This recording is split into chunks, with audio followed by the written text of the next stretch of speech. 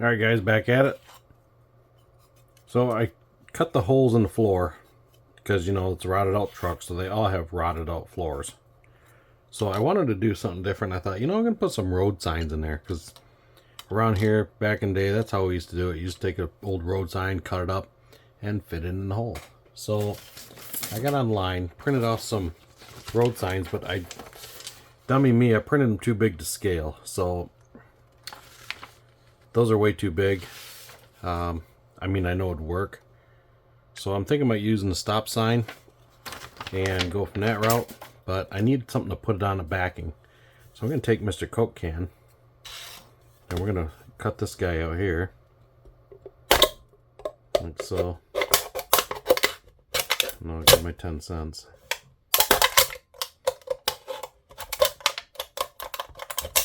So this side I'm not going to do nothing with, but the driver's side, you know, he can't not stand on the, you know, in a hole.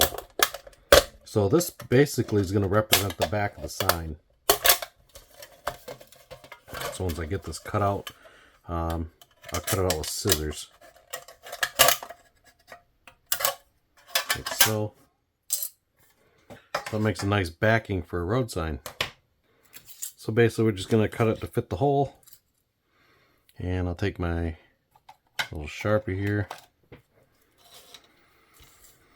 We'll basically just trace it from this side.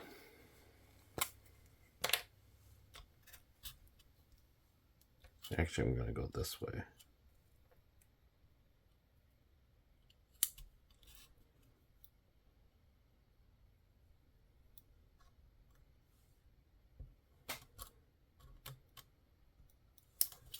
Like that.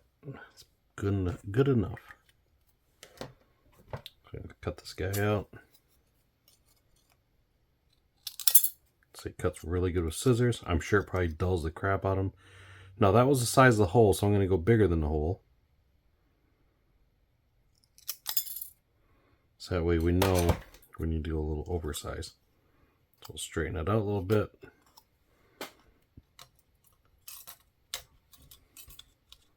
So we can put it in like so.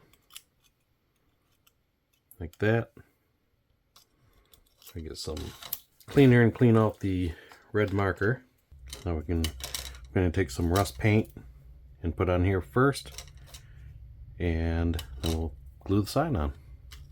So we're going to just use some of our brown, just some of our chocolate brown. Let's give it a little color here.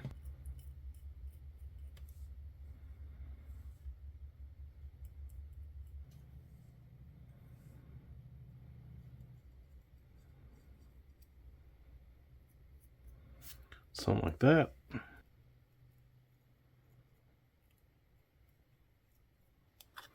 And now we can put our sign on there. I'm going to just use this guy here. Get some Mod Podge out. Just going to coat the back of this. Something like that. Just stick our sign on here anywhere. Somewhere to make it look like it's still a sign. Maybe where the arrow's at. Like so. And then we'll just cut it out.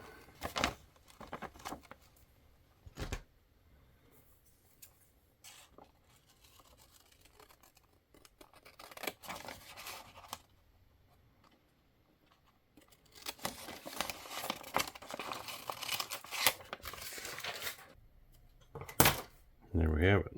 Road sign. Alright. So while we got that there, we're going to stick it in our interior. So what I'm going to do is just use a little bit of super glue. So that'll hold it the best. We're just going to tack the corners.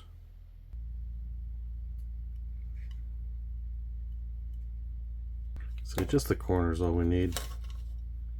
Stick that guy in there. I don't know, my paper's stretching or what, but I thought I cut that pretty flush.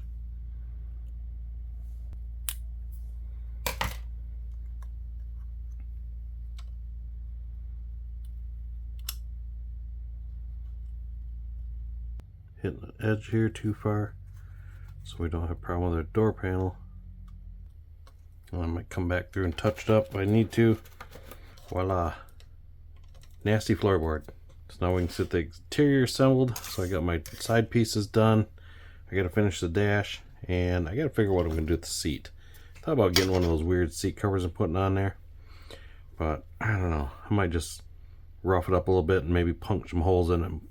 Like it's got a seat ripped out. That's what I might probably do with it. And go that route. So, alright guys. So we got some holes cut in that. So I use my Dremel.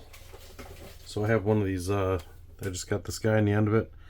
And went through and just egged it out. And obviously it melts and burns and looks all nasty when you're cutting it. So now I'll take the razor blade and just kind of clean it up, sharpen the holes up.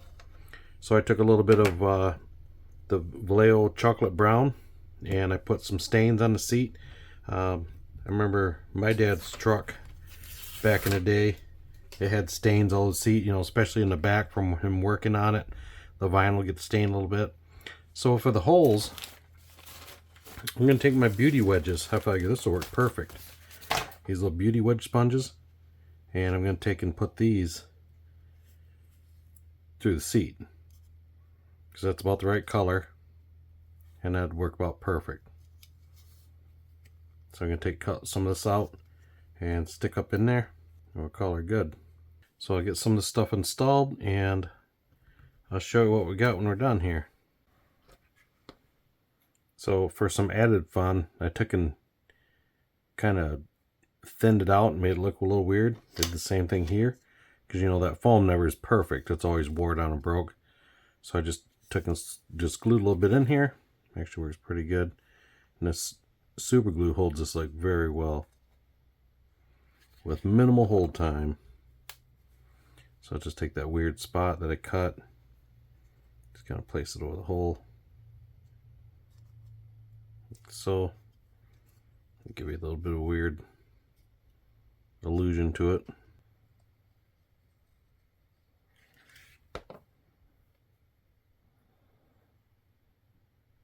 That looks pretty good. I'll take a little bit of chalk and I'll dust that just a little so it doesn't have that like clean look to it. So I got just a little bit of chalk here.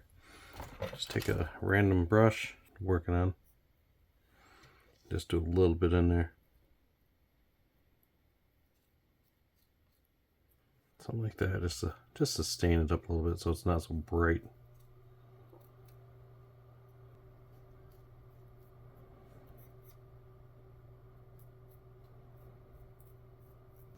Okay, we'll leave it like that. Nasty seat. Kind of flatten the rest of the seat out here a little bit with some chalk. Okay, I'll get this weathered out and we'll get ready to install it. Alright guys, picking right along here.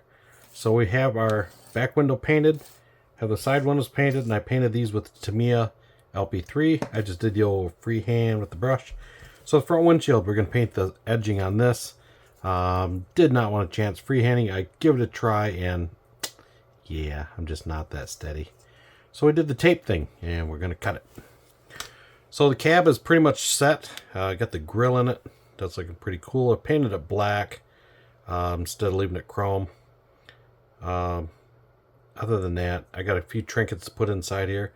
I just painted the top. I got to give it another coat because most of these Ford pickups were white. Had a white headliner, so I got to paint the inside of that red yet. The dash and interior is all set. Like I showed you earlier, I think that foam turns out really nice. That's with the black chalk on it. So I think that's pretty cool. Put a little bit of chrome on the side because you know as the guy's shifting, it's rubbing on his lap or whatever. So we still have our rusty hole on the bottom. And you can see our road sign on the other side. I kind of don't care for the road sign look. It's just too big. It's 9 nose out of scale. Just one of those things, I guess. And then we got the rear bumper all done. So I put some hooks on it, made some pieces off the back. This is just a piece of styrene. Just some styrene square stock. So I just cut that down. And these hooks, these are actually off the Bronco model, off the 2021 Bronco. I really don't know what they're for, but they're in the kit. I didn't see anything in the instructions. I didn't put mine on. The Bronco has hooks in the front, and it came with hooks in the back. So I really don't know what the purpose of these were, but the purpose was is to put them on my truck. So I just tagged them onto that, and that was that. So the only thing else I thought about doing is trying to put like a receiver on there. I don't know if somebody makes one of those or not. Probably 3D print one or something. I think that'd be kind of cool. Put a receiver with a ball on it. That's something you don't really see a lot, is trailer hitches on stuff. So I think that'd be kind of cool. Other than that, we're going to get this cut up and go from there. And the windshield, I'm going to crack the glass once I get it done. I'm going to take and break it. And another thing I'm going to break, because it's a snowplow truck, so you see this all the time, the tail light. I'm going to take and break half that off and have that just chrome in the back, because you always know you always get that broken tail light in the back. So the other side's on and it's looking good. And I also put the pieces on the side of the hood.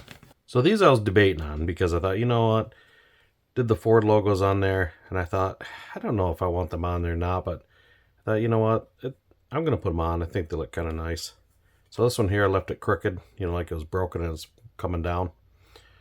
So I shaved the back of it where it pinned down, and I just did it that way. Another thing I was almost going to do was leave the Argent out of there, because I've seen these back in the day where that lens was missing. But other than that, I think that turned out all right. So I did a spot in the hood like a carburetor caught on fire at one time. Little things like that. The chrome, getting ready to put all these on. So I took the chrome and I took my white paint and I misted over the chrome that I'm using.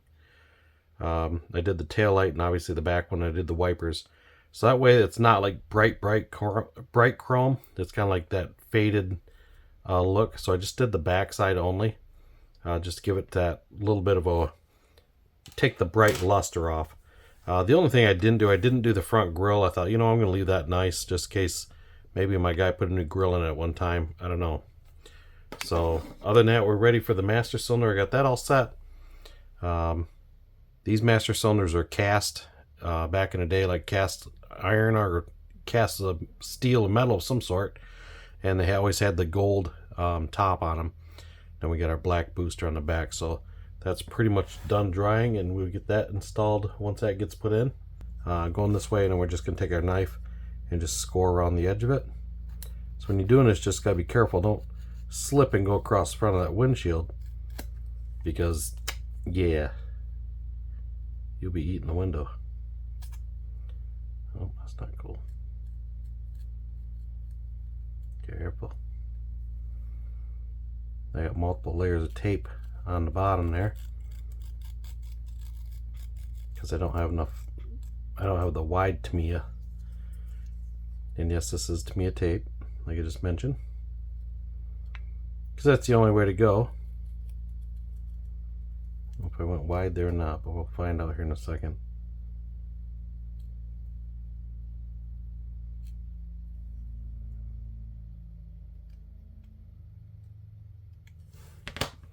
Perfect? Probably not.